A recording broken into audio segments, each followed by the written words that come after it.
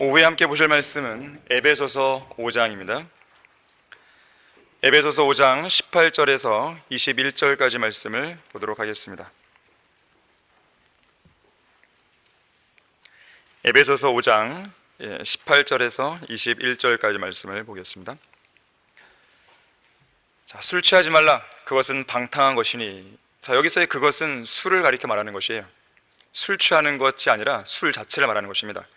오직 성령으로 충만하라. 시와 찬송과 영적인 노래들로 너희에게 말하고 너희 마음으로 주께 노래하며 곡조를 만들고 항상 모든 일에 우리 주 예수 그리스도의 이름으로 하나님 곧 아버지께 감사를 드리며 하나님을 두려워함으로 서로 복종하라 그랬습니다. 말씀을 위해 다 같이 기도하겠습니다.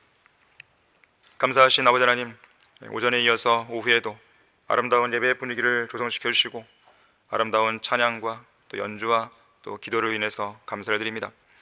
주님께서 참으로 기뻐하시는 예배인 것입니다. 주님께서 기뻐 받으시는 예배인 것입니다. 우리는 주님의 은총 가운데서, 주님의 자비하심 가운데서 하루하루를 살고 있고 또 매 순간을 살아가고 있습니다. 주님의 손길이 안 닿는 것이 하나도 없는 것입니다. 우리는 이 시간도 주님의 그 자비로운 손길 속에서 아름다운 예배를 드리고 있습니다. 이 시간 다시 한번 저희들의 마음을 열어주시고 하나님의 말씀에 잘 집중해 주십시오. 이 말씀을 통해 우리 각자에게 어떠한 메시지를 주시는지 우리가 귀를 기울이고 눈을 주시하며 우리의 마음을 주님께로 향할 수 있도록 도와주십시오. 마귀가 방해하지 못하도록 막아주십시오. 또 피곤치 않도록 붙들어 주십시오. 주 예수 그리스도 이름으로 기도했습니다. 아멘. 본문에 있는 대로 성령으로 충만하라, 성령으로 충만하라는 제목으로 설교하겠습니다. 흔히들 아버지 하나님과 아들 하나님에 대해서는 알아도 성령 하나님에 대해서는 제대로 알지 못하거나 올바르게 믿지 못하는 경우들이 많습니다. 예를 들면 성령 하나님을 아버지 하나님보다 좀 열등한 존재로 여긴다든지 하나님의 심부름꾼 정도로 여긴다든지 닭살 돋듯이 소름 돋게 하거나 이상한 방언을 하기 위해서 무아지경으로 인도하는 어떤 힘 정도로 생각하는 경향이 있는 것입니다. 성령 하나님을 살아계신 한 인격체로 여기지 않는 것이죠. 성령님에 대해서 가장 많이 강조하면서 성령님에 대해서 가장 많이 모르는 집단이 바로 은사주자들입니다. 그들은 성령 하나님을 불로 오해하죠. 특히 그들은 지옥불 속으로 들어가는 불침례를 성령 침례로 오인합니다. 그래서 그들은 성령을 받거나 성령으로 충만하게 되는 그 경험을 불같이 뜨거워지는 것으로 착각해요. 그들이 모일 때마다 항상 부르짖는 것이 불을 내려달라, 성령이여 오시옵소서. 그들 안에는 성령께서 안 계시나요? 그렇게 그들은 통성으로 울부짖고 기도하는 거예요. 그래서 이 시중에는요 성령의 불 받는 방법 이런 책도 있어요. CCM 노래 중에도 불이야, 성령의 불. 우리는 찬송가 이제 없지만은 일반 통일 찬송가에는 이 불길 같은 성신이요 막 그러는 대단한 것이죠. 한 번은 폭풍우가 심하게 불어닥치는 어느 날 저녁에 이들 어리석은 은사주자들이 어떤 부흥 집회에서 불을 내려달라고 너무나 간절히 기도하는 바람에 하나님께서 그 기도에 응답하셔서 불을 내려준 적이 있었습니다. 그들이 모여있는 교회 건물로 강력한 벼락이 떨어져서 불이 나게 했다는 이야기가 있어요. 깜짝 놀란 그들은 더 이상 앞으로 그런 기도를 안 했다 그러죠. 성령으로 거듭난 그리스도 안에는 성령 하나님께서 내주하십니다. 성령님께서는 지정의를 가지신 한 인격체시기 때문에 우리가 죄를 지으면 우리 안에서 무척 슬퍼하세요. 지정의, 정, 감정이 있는 것이죠. 그래서 사도 바울은 하나님의 거룩한 영을 슬프게 하지 말라 그랬습니다. 또 성령을 소멸하지 말라 그랬어요. 데살로니가전서 5장 19절에서 성령을 소멸하지 말라는 것은 이 개인에 대한 이야기가 아니고 지역교회 안에서 어떤 집회 안에서의 상황을 이야기합니다. 왜냐하면 성령께서는 영원히 우리 안에 내주하시기 때문에 어딘가로 사라지거나 없어지거나 어딘가로 가시는 분이 아니거든요. 자, 어쨌든 성령께서는 그것이 교회적인 죄이든 개인적인 죄이든 우리가 죄를 짓는 것에 대해서 매우 불쾌하게 여기시는 거예요. 매우 불쾌하게 여기십니다. 우리는 우리의 죄 때문에 진정으로 슬퍼하시는 성령님의 마음을 깊이, 아주 깊이 뼈저리게 느낄 수 있어야 됩니다. 그런 사람이 쉽게 죄를 짓지 않는 거예요. 우리가 세상과 연합해서 성별된 위치를 상실하면 우리 안에 계신 성령께서는 실제로 슬퍼하세요. 그냥 하는 이야기가 아닙니다. 정말로 슬퍼하시는 거예요. 우리가 음행을 저지르고 더러운 것을 탐닉하고 음욕과 다툼과 질투와 분노와 시기와 탐심을 추구한다. 그러면 우리 안에 계신 하나님의 영께서는 정말로 눈물을 흘리시면서 신음하시는 겁니다. 성경은 이렇게 말씀하시죠. 성령께서 친히 말할 수 없는 신음으로 우리를 위하여 중보하신다 그랬어요. 우리가 어떻게 기도할지를 모를 때 주님께서는, 성령 하나님께서는 그렇게 신음하시면서 기도하시는 거예요. 따라서 우리는 성령님을 슬프시게 해드리기보다는 그분과 동행하면서 기쁘시게 해드리고, 그리고 성령님으로 우리의 마음을 가득 채워야 돼요. 그래서 오늘 본문에서는 성령으로, 오직 성령으로, 그냥이 아니죠, 오직 성령으로 충만하라고 했어요. 우리가 어떤 것들을 마음속에서 잃어버렸을 때라든지 무엇인가 우리의 마음속에서 떠나갔을 때, 어떤 상실감을 우리가 느꼈을 때 오직 성령 하나님만이 그 빈자리를 만족스럽게 채워줄 수 있습니다. 사실 이것이 지난날 수많은 그리스도인들이 자신에게 주어진 고통을 오랜 시간 인내하며 수년간 견뎌낼 수 있었던 유일한 이유였어요. 수많은 순교자들이 어떻게 화형과 갖은 고문과 배고픔 등을 죽기까지 견딜 수 있겠습니까? 그들의 힘으로는 불가능한 것이에요. 그들 안에 계신 성령님의 능력이 있기 때문에 그 일을 해낼 수 있었던 것이에요. 성령님은 우리로 하여금 고난과 박해를 견디게 하시고 사별이나 슬픔 같은 고통들도 견딜 수 있게 하십니다. 병원 침상에 누워있는 우리가 외롭게 여러 날을 보낼 수 있는 힘을 주시는 거죠. 이 나이가 들고 죽음이 임박해 오게 되면요,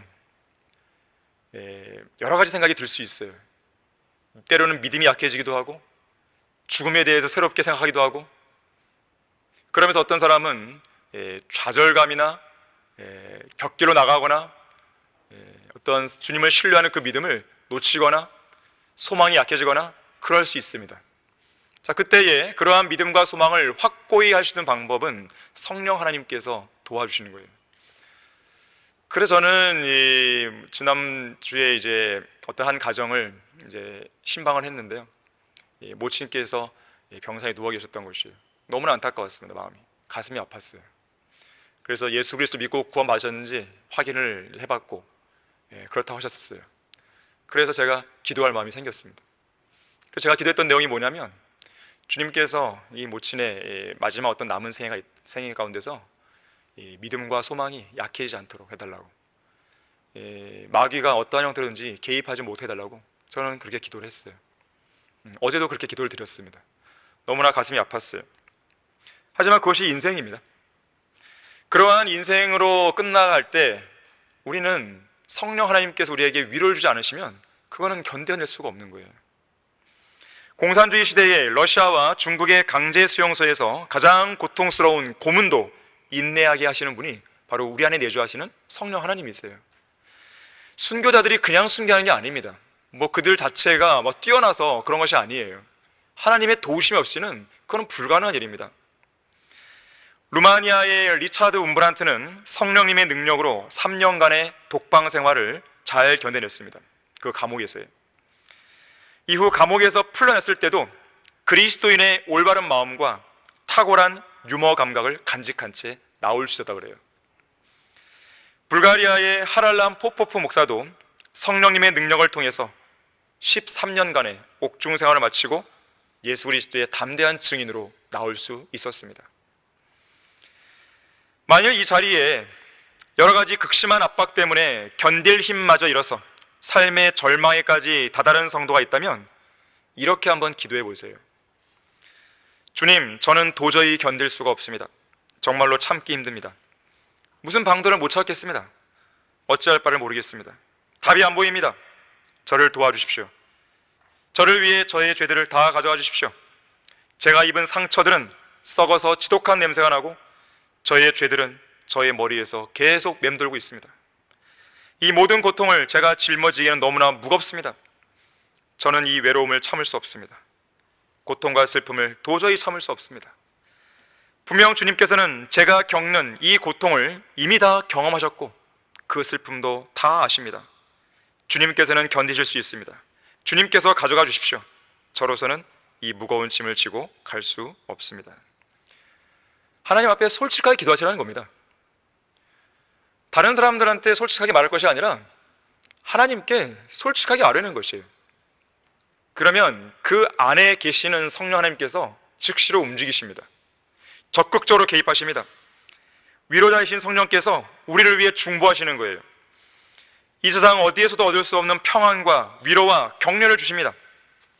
상한 마음을 치유하시고 그 모든 짐을 대신 져주시는 거예요. 우리 안에 충만히 거하셔서 모든 근심과 걱정과 염려들을 한순간에 몰아내 주시는 겁니다. 그래서 우리는 성령 하나님으로 충만해야 되는 것이에요. 성령으로 충만한 것은 성령으로 거듭난 모든 성도들이 마땅히 해야 할 의무이자 하나님이 주시는 명령입니다. 여기에 물컵이 있는데 만약에 물컵에 물이 거의 밑바닥에 있다고 생각해 보세요. 그리고 여기에는 어떤 쓰레기 같은 것들이 가셨다고 생각해 보세요. 이 쓰레기를 손을 안 대고 빼낼 수 방법은 여기다 물을 계속 채우면 되는 것이죠. 물을 가득 채우게 되면 자연스럽게 그러한 찌꺼기들은 사라져버리는 거 아니겠습니까? 성령 충만의 원리는 바로 그와 같습니다. 내 안에 성령으로 충만하게 되면 자연스럽게 그런 죄들은 멀리 가게 돼 있어요. 공존할 수가 없습니다. 하지만 성령으로 충만하지 않고 내 마음속을 계속 죄로 가득 채우다 보니까 계속 패배하는 삶을 살게 되는 거예요. 자, 성령 충만은 하나님의 명령입니다.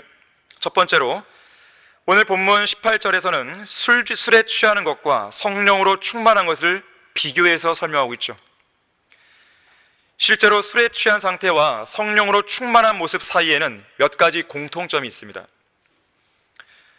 우선 술에 취한 사람이나 성령으로 충만한 사람이나 매우 담대합니다. 술에 취한 사람은 눈에 보이는 게 없죠. 부끄러움이나 수치를 몰라요. 상대방을 전혀 의식하지 않았습니다. 전에 없던 용기도 생겨나서요, 평상시에는 하기 어려웠던 말도 술만 들어가면 술술 나오죠. 그래서 세상 사람들은 술을 먹어야 뭔가 한탄을 하거나 술을 먹어야 자기의 속마음을 꺼내요. 그리스도인은 그렇지가 않죠. 술하고 관계없이 우리는 얼마든지 성령으로 충만한 가운데 진솔한 이야기를 할 수 있는 것이에요. 술 취한 사람들은 아무 말이나 시끄럽게 막 떠들어대죠. 잠언 20장 1절에서는 뭐라 그럽니까? 술은 거만하게 하는 것이요 독주는 떠들게 하는 것이라고 했습니다. 자, 이처럼 성령으로 충만한 사람도 사람들을 전혀 두려워하지 않습니다. 담대하죠. 부끄러움이 없죠. 죄인들의 죄를 지적하죠. 지옥을 설교하고 하나님의 심판을 경고하는 데 있어서 부끄러움이 없습니다. 거리나 공원에서 공개적으로 설교하고 복음을 전하죠. 이것이 쉬운 일 같지만요, 아무나 못합니다. 성령으로 충만하지 못하면 전도지 한 장 못 나눠줘요. 막 벌벌 떨면서. 하나님께서 우리에게 주신 것은 두려워하는 영이 아니라 능력과 사랑과 건전한 생각의 영이라 그랬습니다. 여러분 안에 두려움이 생깁니까? 우리가 두려워할 것은 하나님에 대한 두려움이면 충분해요. 그것이 아닌 다른 두려움이다. 그럼 대부분의 경우는 마귀가 주는 것입니다. 그럼 빨리 그 부분을 몰아내야 됩니다. 어떻게 해요? 능력과 사랑과 건전한 생각의 영이신 성령 하나님으로 충만해지면 되는 거예요. 그럼 자연스럽게 두려움은 사라지게 되는 것이에요. 우리 다 같이 사도행전 4장 13절 보겠습니다. 성령으로 충만했을 때 나타나는 그런 담대함의 사례가 사도행전 4장에 나오는데요. 자, 4장 13절 보시게 되면 그때 그들이 베드로와 요한이 담대하게 말하는 것을 보자. 여기서의 그들은 누구냐면 이 산헤드린 공회의 그 멤버들입니다. 이 유대인 종교 지도자들이에요. 보자 배우지 못한 무식한 사람들로 알았다가 놀라며 그들이 예수와 함께 있었다는 사실을 깨닫더라. 자, 세상 견지에서 보게 되면 아무것도 배우지 못한 사람으로 평가받았던 무식한 베드로와 요한이 당대에 교육을 가장 많이 받았다고 하는 종교 지도자들을 향해서 담대하게 말하고 있습니다. 하나님께서는 누군가를 들었을 때 그 사람이 어떤 교육을 받았는가, 받지 않았는가의 그 여부에 구애받지 않습니다. 하나님께서는 그 누구라도 쓰실 수 있어요. 어떤 일을 시키실 때 교육받은 사람 그다지 높이지 않으십니다. 윌리엄 부스, 조지 뮬러, 빌리 브레이, D.L. 무디 등은 만약에 그들이 교육을 받는데 더 시간을 많이 썼다면 어쩌면 하나님께서 그들을 안 썼을지도 몰라요. 중요한 것은 교육의 문제가 아닙니다. 중요한 것은 얼마나 많은 시간을 예수 그리스도와 함께 있었는가예요. 또 얼마나 많이 성령으로 충만해 있는가입니다.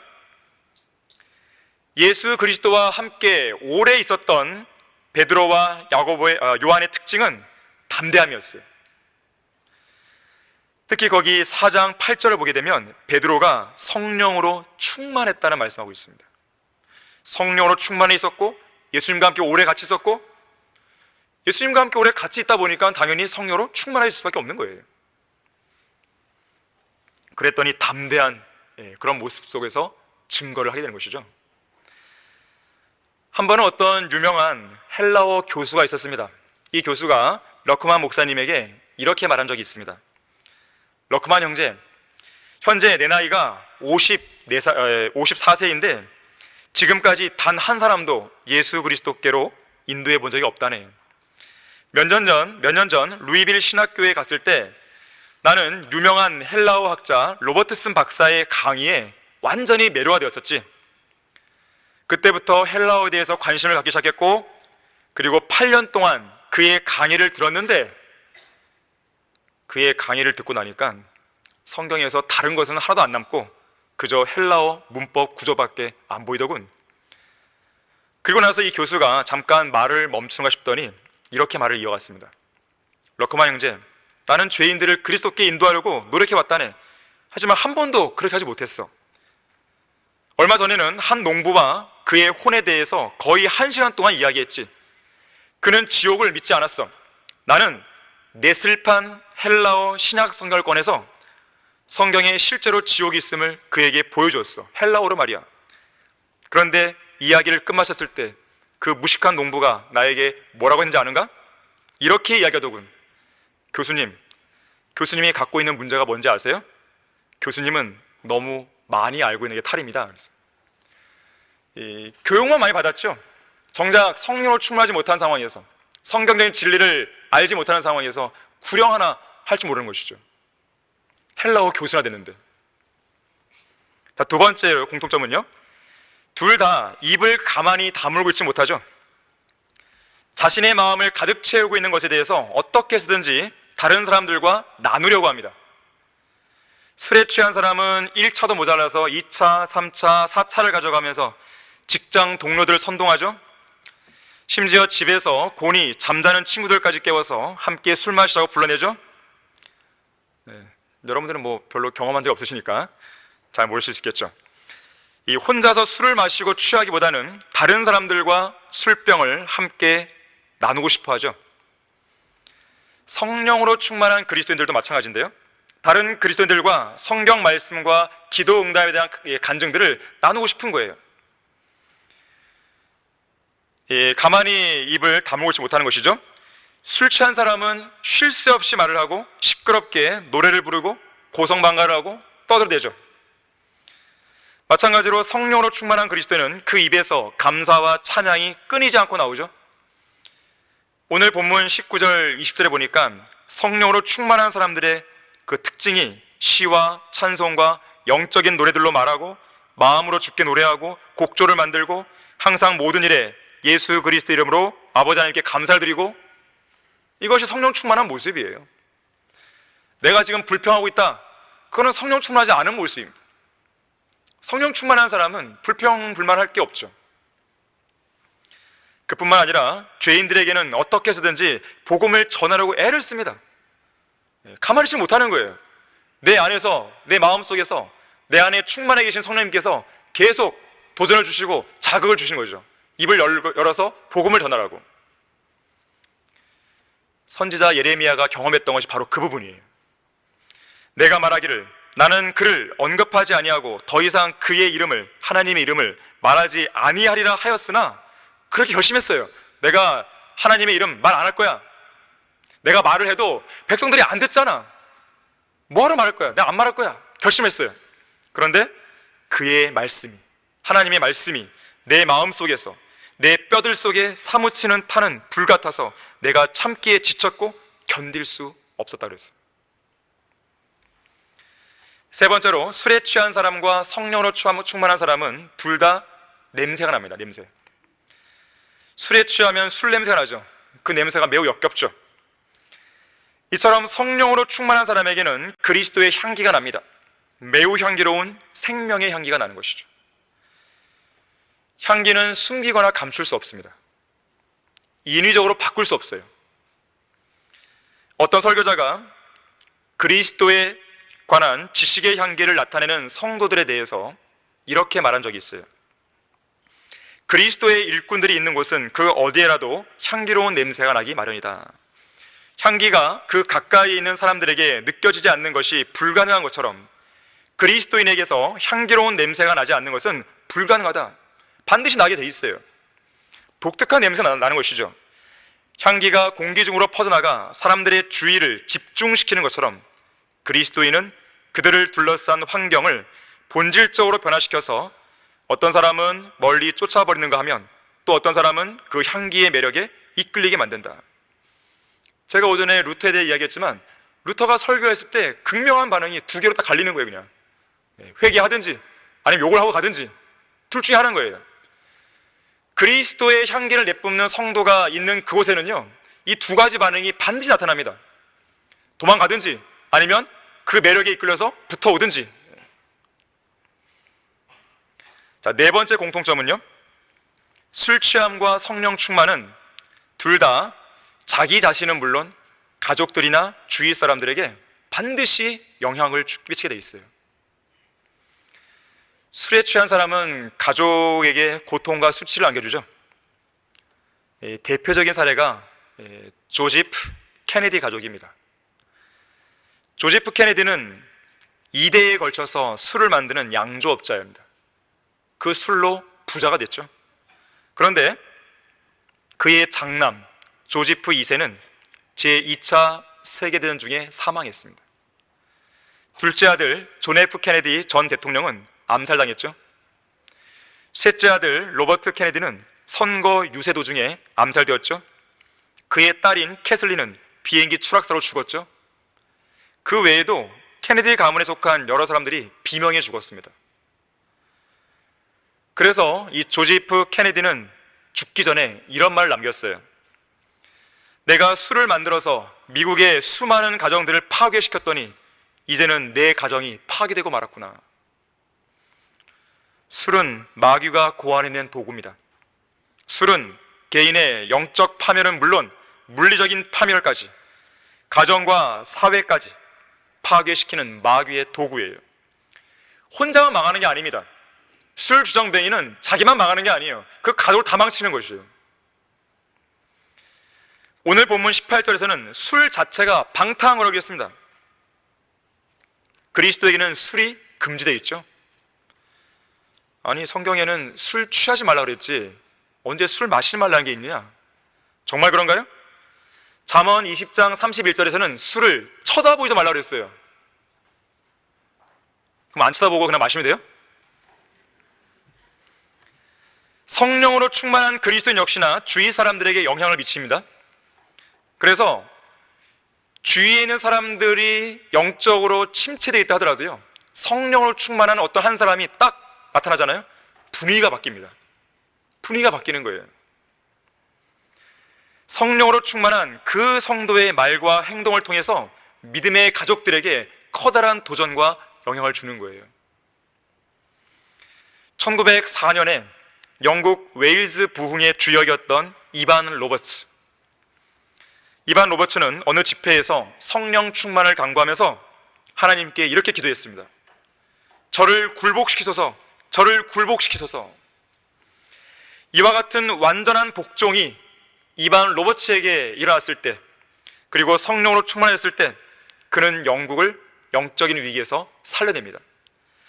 많은 이들이 영적으로 소생하게 되었고 무려 10만 명의 죄인들이 이반 로버츠의 성령 충만으로 인해서 주님께로 회심하게 됩니다. 자, 성령 충만은 하나님의 명령입니다. 두 번째로, 성령으로 충만하지 않는 건 죄를 짓는 겁니다. 왜일까요? 명령이잖아요. 성령으로 충만하라, 명령이에요. 명령은 지키라고 있는 것이죠. 이거는 의무예요. 하나님께서 주시는 명령은 우리에게는 의무가 됩니다. 그 의무를 다하지 않으면 죄가 되는 것이에요. 또한 성령으로 충만하지 않는 것 그 자체로도 죄를 짓는 거지만, 성령으로 충만하지 않은 그 결과로 수많은 죄들을 짓게 됩니다. 수많은 육신적인 일들을 행하게 돼요. 대표적인 사례가 사도행전 5장에 나오는데 한번 보겠습니다. 사도행전 5장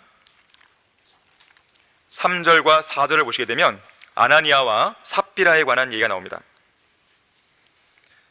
이들이 거짓말을 하게 되는데요, 어떻게 거짓말을 하게 되었는지를 한번 잘 보세요.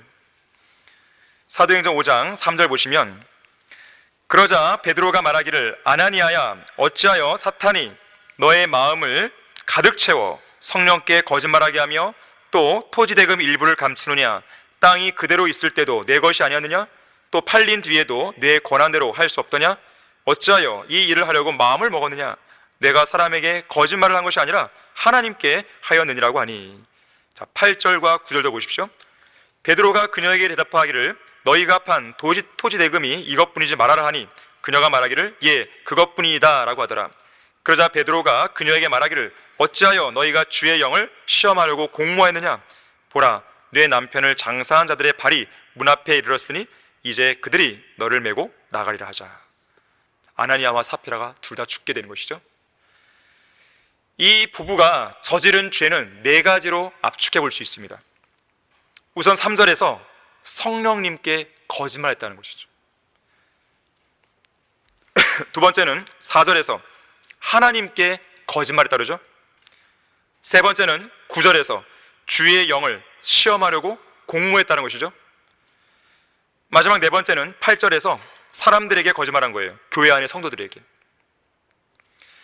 사도행전 4장 31절에 의하면 이 아나니아와 삽비라도 처음에는 성령으로 충만했던 사람들입니다. 그런데 그러한 성령 충만을 지속하지 못한 거죠. 그 결과 누가 그들의 마음을 가득 채웠습니까? 5장 3절에 보니까 사탄이 가득 채운 거예요. 인간의 마음은 무언가로 가득 채워지게 돼 있습니다. 성령으로 채워지든지 악령으로 채워지든지 둘 중에 하나예요. 성령으로 채워지지 않으면 악령으로 채워지기 마련입니다. 중간지대는 없어요.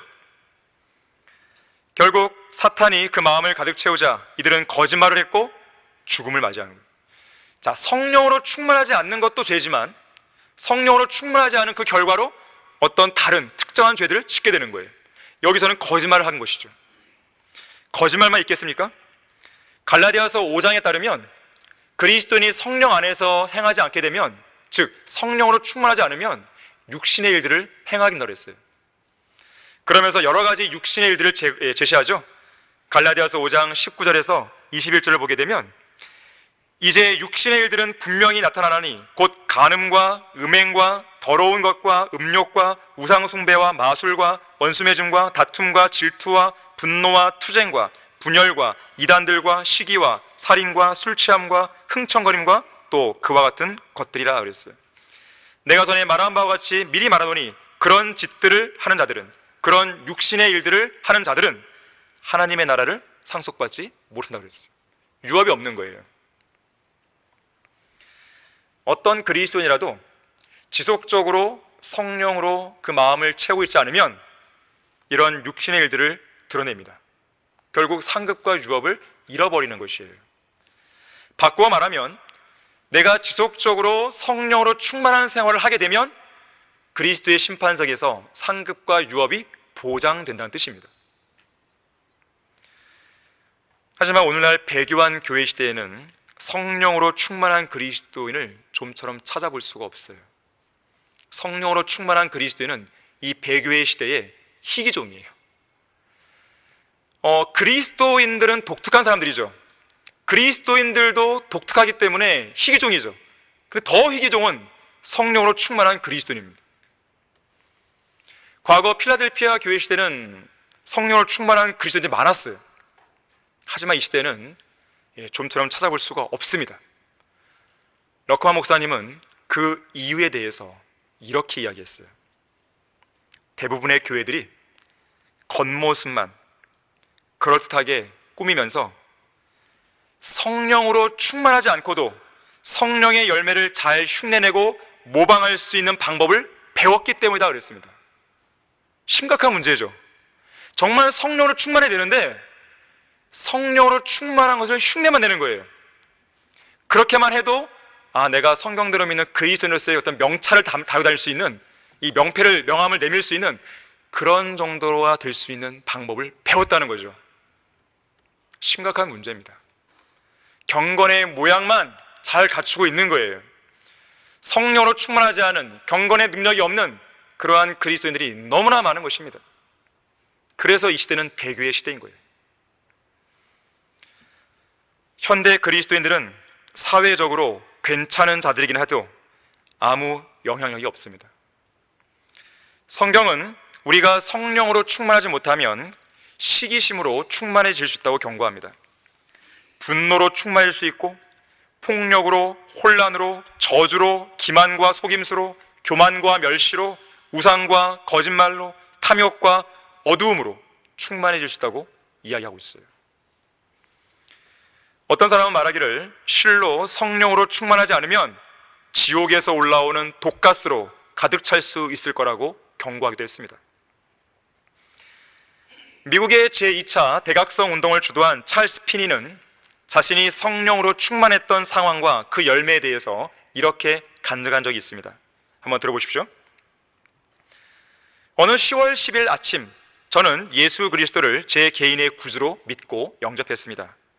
그리고 그날 저녁과 다음날 아침, 저는 성령님으로 충만하게 되었고 제 온 몸과 혼이 성령님에 의해 관통을 당하는 것 같은 느낌을 받았습니다.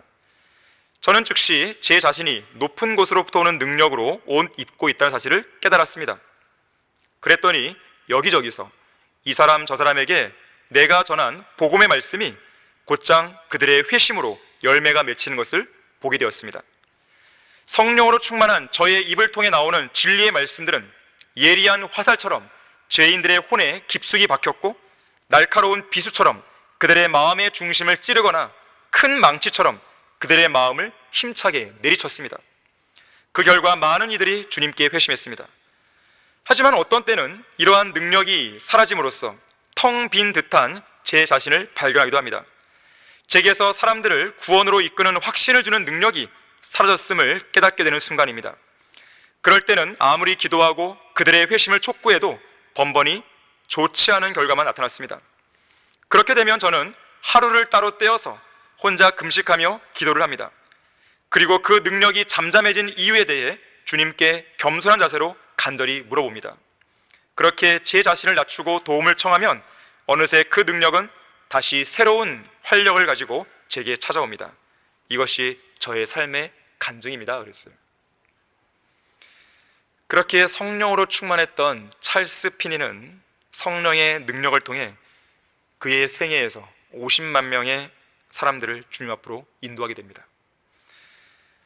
더 중요한 것은 뭐냐면 찰스 피니를 통해 회심한 그 50만 명의 성도들 중에 무려 85%가 회심 이후에도 지속적으로 영적인 성장을 경험했다 그래요.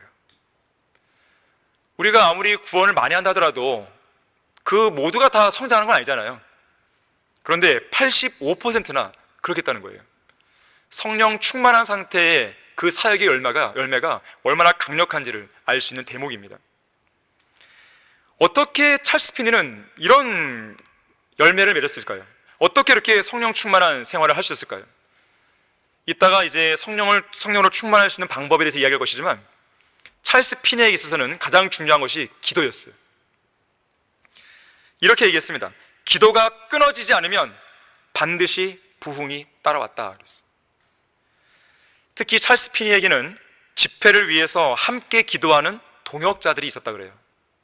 여러 사람이 있었는데 그 중에 두 사람을 소개하면요, 이 다니엘 내쉬라는 사람이에요. 이 사람은 48세부터 찰스 피니의 집회를 위한 중보 기도자로 헌신해 왔습니다. 이 사람은 어떤 전면에 나선 사람이 아니었어요. 뒤에서 묵묵히 기도를 했습니다. 찰스 피니를 위해서. 또 한 명은 아벨 클레리라는 사람이에요. 아벨 클레리. 찰스 피니는 아벨 클레리에 대해서 이렇게 얘기했습니다. 아벨 클레리는 나의 모든 집회를 위해 기도했다. 내가 집회 장소를 떠난 후에도 그 장소에 남아 계속 기도하는 사람이었다. 그는 사람들 앞에서 공개적으로 나선 적이 한 번도 없지만 그의 전생애를 바쳐서 나를 위해 기도했다 그랬어요. 이렇듯 하나님의 도구로 능력 있게 쓰임받은 찰스 피니는 언젠가 자신의 사역을 정리하면서 이렇게 고백했습니다. 나는 오직 성경을 나의 교본으로, 성령님을 나의 교사로, 기도를 나의 힘으로 삼았다. 그렇기 때문에 하나님의 사역에 놀라운 도구로 사용되었다고 감히 말할 수 있다. 나의 생애가 끝날 때까지 그분의 사역은 계속되었고 주님의 역사로 인해서 50만 명의 혼들이 그리스도께로 나아왔다. 진정으로 내가 고백할 수 있는 것은 나를 이끌어준 것은 나의 지혜가 아니었다는 사실이다. 나는 나의 무지와 무기력함을 뼈저리게 느끼면서 계속해서 하나님을 바라보며 그분의 인도하심만을 간절히 구했고 그분께서는 성령으로 나를 친히 이끌어 주셨다. 나에게 다시 한번 인생의 기회들이 주어진다 해도 나는 40년이 넘도록 이 부흥에 하나님의 도구로 쓰인 이 사역에 다시 쓰이고자 간절히 소망할 것이다 그랬어요. 성령 충만은 하나님의 명령입니다. 마지막 세 번째로 높은 곳으로부터 오는 능력을 얻어야 됩니다. 누가복음 4장 1절에 보게 되면 예수께서 성령으로 충만하여 요단강에서 돌아오신 후 성령으로 인도되어 광야로 가셨다는 말씀이 있어요. 예수님도 성령으로 충만하신 분이었어요. 사도행전 6장 3절에서는 성령으로 충만한 사람들이 교회 안에 집사들로 선정이 됩니다. 그 중에 한 명인 스테판 집사는 믿음과 성령으로 충만한 사람이었다는 그 문구가 붙어 있어요. 그런데 스테판이나 우리 그리스도인들이 성령으로 충만해지는 방법과 예수 그리스도께서 성령으로 충만하신 방법은 차이가 있습니다. 우리는 어떻습니까? 채워졌다가 또 없어졌다가 또 채워졌다가 줄어들었다가 이렇게 하잖아요. 분량이 늘 차 있는 게 아니란 말이에요. 때로는 충전이 필요한 것이죠. 하지만 예수님은 다르셨어요. 항상 충만해진 상황이에요. 그래서 요한복음 3장 34절에서는 하나님께서 예수님께 성령을 한량 없이 주신다 그랬어요. 한량 없이. 그것이 가능한 이유가 뭐겠습니까? 그분이 곧 하나님이시기 때문에 그렇죠. 신격의 모든 충만함이 몸의 형태로 거하시는 분이 바로 예수 그리스도 아니시겠어요? 하지만 우리는 달라요. 우리는 예수님과 같은 사람들이 아니죠. 그래서 우리는 성령으로 충만했다가도 안 하게 될 수 있는 것이에요. 다시 또 우리도 충만할 필요가 있는 것이죠. 어떤 설교자가 말하기를 성령 충만을 받는 것은 신앙생활을 하는 데 있어서 가장 근본적인 일이자 가장 중요한 일이라고 했습니다. 저는 설교 강단에 늘 설 때마다 집에서도 그렇지만 이 설교 강단에 올라오기 전에 기도를 합니다. 다른 기도는 아니에요. 성령으로 충만하게 해달라고. 그것이 설교를 잘할 수 있는 유일한 방법이기 때문에 그런 거예요. 제가 아무리 이 설교를 제 기준에 봤을 때 잘 준비했다 하더라도요, 성령으로 충만하지 않으면 그건 말짱 소용이 없어요. 소용이 없는 거예요. D.L. 무디도 이렇게 말했습니다. 하나님께서는 우리에게 성령으로 충만한 사람이 되라고 명령하신다. 만일 우리가 성령으로 충만한 사람이 아니라면 우리는 주님께서 우리에게 부여하신 그 특권, 그 이하의 삶을 살고 있는 것이다 그랬어요. 성령으로 충만한 삶은 우리에게 주어진 일종의 특권이거든요. 그런데 그것을 못 누리는 것이에요. 부활하신 예수 그리스도께서는 승천하시기 직전 제자들에게 이렇게 말씀하셨습니다. 보라, 내가 나의 아버지께서 약속하신 것을 너희 위에 보내노라. 그러나 높은 곳으로부터 능력을 입을 때까지 예루살렘 도성에서 기다리라 그랬습니다. 높은 곳으로부터 능력, 이것이 바로 성령으로 충만했을 때 얻을 수 있는 능력이에요. 이것이 바로 경건의 능력입니다. 우리 모두에게는 이러한 능력이 필요합니다. 이 능력은 기본적으로 성령님을 통해 주어지는 것이죠. 물론 우리는 구원받는 순간 성령님께서는 우리 안에 들어와서 영원히 내주하십니다. 하지만 능력의 영이신 성령 하나님께서 내주하시는 것과 그 능력을 힘입고 우리가 살아가는 것은 분명하게 다른 거예요. 성령께서 우리 안에 내주하시는 것과 성령께서 우리 안에 충만히 거하시는 것 사이에는 분명한 차이가 있습니다. 우리 안에 거하기만 하고 계시고 충만해 있지 않다면 그건 아무런 능력을 나타낼 수 없는 거예요. 그냥 기본만 하는 것이죠. 갈라디아서 4장 19절에서는 너희 안에 그리스도가 형성될 때까지 내가 다시 산고를 치르노라 그랬어요. 그리스도가 형성됩니다.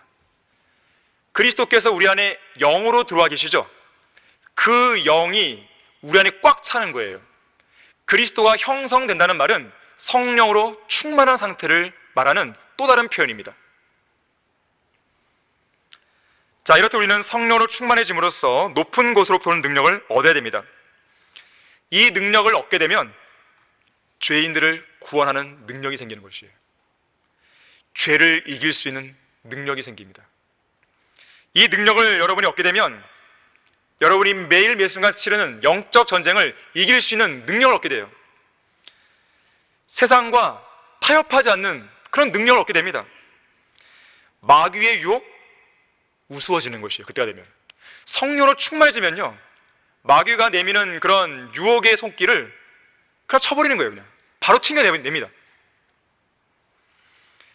거리에서 설교할 수 있는 능력이 생기는 거예요. 구령할 수 있는 능력이 생기는 것이에요. 이것이 기도의 능력으로 연결됩니다. 열매를 풍성하게 맺을 수 있어요. 분별력을 가질 수 있는 능력도 생깁니다. 죄인들에게 지옥에 가지 말라고 담대하게 경고할 수 있는 능력이 생기는 것이에요. 비성경적인 교리들, 인간적인 전통들, 교단들, 세상 교회들, 변개된 성경들, 자, 그런 것들을 담대하게 거부할 수 있는 능력이 생기는 것입니다. 고난을 견딜 수 있는 능력이 생기는 거예요. 어려움 가운데서도 그걸 이길 수 있는 힘이 생기는 거예요. 아니, 이렇게 좋은데 이 능력을 안 받겠습니까? 받을 수 있는 방법은 딱 한 가지예요. 성령으로 충만한 것입니다. 그렇게 하셔야 돼요. 자, 그렇다면 이러한 능력을 얻기 위해서는 어떻게 되는 것인가? 첫 번째로는요, 기도하셔야 돼요. 어떻게? 이 능력을 달라고 기도하시는 거예요. 주님, 저를 성령으로 충만하게 해주십시오. 이 기도면 충분합니다.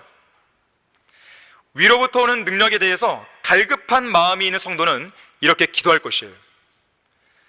그만큼 높은 곳으로부터 오는 능력에 대해서 간절히 소망하고 기꺼이 그 능력을 받을 만한 마음이 있을 때 성령으로 충만하게 달라는 그 기도가 나오게 될 것입니다. 없으면 안 나오는 거예요. 목마른 사슴이 시냇물을 갈망하고 사모하듯이 갈급한 심정으로 성령 충만을 갈망하고 사모해야 됩니다. 두 번째 방법, 진리의 말씀으로 마음을 가득 채우는 거예요. 에베소서와 골로새서는 하나의 짝인데요, 오늘 설교 본문인 에베소서 5장 18절에서 21절을 다시 한번 보겠습니다. 다시 한번 보실 때 성령으로 충만했을 때의 결과가 무엇인지를 다시 한번 여러분의 손으로 짚어가면서 확인해 보십시오.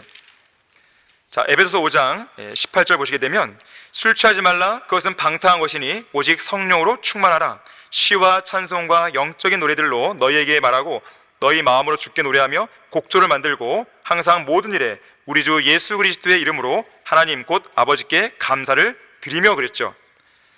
자, 이와 짝이 되는 골로새서 3장 16절, 17절을 볼 텐데요, 아까의 말씀과 비교해 보시면서요, 결과는 똑같아요. 결과는 똑같은데 앞에 있는 조건이 다르게 기술되어 있습니다. 이걸 한번 확인해 보겠어요. 어떤 차이가 있는지. 결과는 똑같아요. 3장 16절에서 그리스도의 말씀이 모든 지혜로 너희 안에 풍성히 거하게 하되 시와 찬송과 영적인 노래로 서로 가르치고 권면하며 너희 마음속에서 은혜로 주께 노래하고 또 말에 있어서나 행실에 있어서나 무엇을 하든지 모든 것을 주 예수의 이름으로 하고 그를 통하여 하나님 곧 아버지께 감사를 드리라. 자, 시를 짓고 찬송을 하고 영적인 노래로 가르치고 권면하고 감사드리고, 그건 똑같죠. 똑같은데 앞에만 다르죠. 하나는 성령으로 충만하라, 하나는 그리스도의 말씀이 모든 지혜로 너희 안에 풍성히 거하게 하라. 우리는 이걸 통해서 그리스도의 말씀이 풍성하게 되면 성령으로 충만해질 수 있다는 것을 알게 되는 거예요. 자, 몸의 빛은 눈이라고 그랬어요. 눈이 어두워지면 몸이 어두워져요. 하지만 눈이 빛으로 가득 차면 온몸이 빛으로 가득 차는 거예요. 바로 그 원리입니다. 진리의 말씀의 빛으로 나의 눈을 밝게 빛나게 하고 그 결과 내 몸을 빛으로 가득 채우면 성령 하나님께서 가득 우리 안에 채워지는 것이죠. 세 번째, 우리 마음속에서 죄를 제거해야 돼요. 어쩌면 이것이 죄를 제거하는 이 문제가 성령으로 충만해진 그리스도인의 그 삶에 있어서 가장 중요한, 어쩌면 결정적인 요소입니다. 사실 성령으로 충만해야 되는 기도를 할 수 있잖아요. 또 진리의 말씀을 열심히 읽고 공부하면서 채울 수 있잖아요. 하지만 죄로부터 성별하는 이 문제는 참으로 쉽지 않은 문제죠. 아마도 대부분의 성도들이 성령으로 충만하지 못한 삶을 사는 이유가 바로 이 세 번째에 있습니다. 죄로부터 성별하지 못하는 거예요. 로마서 6장 13절에서는 너희 지체를 불의의 병기로 죄에게 내어주지 말고 다만 너희 자신을 죽은 자들로부터 살아난 자들처럼 하나님께 드리며 너희 지체를 의의 병기로 하나님께 드리라. 죄가 너희를 주관하지 못하리니 이는 너희가 율법 아래 있지 아니하고 은혜 아래 있기 때문이라 그랬어요. 성령 안에서 행함으로써 내 안에 있는 더러운 것들을 몰아내야 되는데, 그 반대로 더러운 것들을 행함으로써 내가 성령 안에서 행하는 것을 거절해버리는 것이죠. 그 결과 성령으로 충만하지 못한 그런 삶이 이어지는 것입니다. 오늘날 죄의 지배 아래서 사는 성도가 너무 많은 거예요. 이 시대에 성령으로 충만한 성도들을 좀처럼 찾아보기 힘든 이유가 바로 여기에 있습니다. 육신의 정욕, 안목의 정욕, 생의 자랑에 좌지우지되고 있는 것이죠. 음욕이 가득 찬 눈을 가지고 있고 죄로부터 단절되지 못하고 마음이 탐욕으로 단련된 그런 상태로 남아있는 것이에요. 가장 큰 이유는 눈인데, 그 눈이 TV나 영화나 스마트폰 등과 같은 영상 매체에 집중되어 있는 것입니다. 쓰레기를 비우셔야 돼요. 오물들을 버리셔야 됩니다. 성령으로 가득 채우고 진리의 말씀으로 가득 채우려면 우리 안에 있는 더러운 오물들을 먼저 비워야 됩니다. 결론을 맺겠습니다. 구원받은 사람은 누구나 구원받는 순간 성령 하나님의 전부를 소유하게 됩니다. 하지만 성령님께서 우리를 온전히 주관하시는 일은 하룻밤 사이에 일어나는 일이 아니에요. 그것은 우리의 영적 성장에 따른 일생의 과정입니다. 성도들은 성경을 공부하는 데 평생을 써야 되고 매 순간 성령으로 충만한 삶을 살 수 있도록 기도하고 말씀으로 무장하고 죄들을 버리고 성별하고 그렇게 해야 되는 것이에요. 그래야만 성령의 열매와 구령의 열매를 낼 수 있습니다. 성령으로 충만하지 않은 몸은 자아와 육신의 일들로 충만하게 되어 있습니다. 육신의 열매를 내는 것이죠. 그건 죄예요. 성령으로 충만하지 않는 것은 하나님의 명령에 복종하지 않는 죄인 것입니다. 어떤 밀폐 용기의 뚜껑이 안 열릴 때 그 용기의 내부 온도를 살짝 높여주면 뚜껑이 쉽게 열립니다. 뜨거운 물로 적신 수건으로 용기를 덮어주거나 따뜻한 물로 그 용기를 살짝 데워주면 뚜껑이 쉽게 열리게 됩니다. 이것이 바로 성령 충만의 원리예요. 우리가 성령으로 충만하지 않을 때는 성령 하나님께서 아까 제가 물컵 얘기했지만 꽉 차 있는 게 아니라 밑바닥에 있는 거예요. 성령께 내주하고 계시는 것이에요. 그런데 이 밑바닥에 있는 물을, 컵을 가득 채우려면 물로 가득 채우든지 아니면 기화로 만들어버리는 것이죠. 가열을 해갖고 이 기체로 만들어서 이 컵을 내부를 채워버리는 것이에요. 이것이 성령 충만의 원리도 한 것입니다. 그렇게 되면 이 밀폐된 용기의 뚜껑이요, 이 속에 있는 압력 때문에 펑 하고 터져버리죠. 뚜껑이 열리는 것이에요. 그래서 럭커 목사님도요, 여기 교회에 있는 성도들이 모두 다 성령으로 충만하게 되면 아마도 이 천정이 뚫릴 것이라고 그렇게 얘기한 적이 있었어요. 그럼 천정이 왜 안 뚫리고 있느냐? 성령으로 충만하지 않은 사람이 너무 많은 것이죠. 비유적으로 럭커 목사님이 그렇게 해주신 거예요. 하나님의 위대한 능력 경험하고 싶지 않으세요? 예수님께서는 성령 하나님에 관해서 나를 믿는 자는 성경이 말씀한 것 같이 그의 배에서 생수의 강들이 흐른다 그랬어요. 내 안에서만 흐르는 게 아니라 넘쳐나는 것이에요. 결국 그것은 옆에 있는 사람들에게 영향을 미칩니다. 구원받게 할 수도 있는 것이고 또 침체된 어떤 성도를 일으킬 수 있는 거예요. 소생시키는 것입니다. 그런 능력이 있는 거예요. 그렇게 성령으로 충만한 성도들이 교회에 많으면 많을수록 그 교회는 강성해지는 것이에요. 열매가 풍성해지는 것입니다. 늘 간증이 넘쳐나는 것이에요. 다른 어떤 성도들의 간증만 회자할 것이 아니라 내가 직접 성령의 능력을 경험함으로써 많은 열매를 낼 수 있어야 되는 것입니다.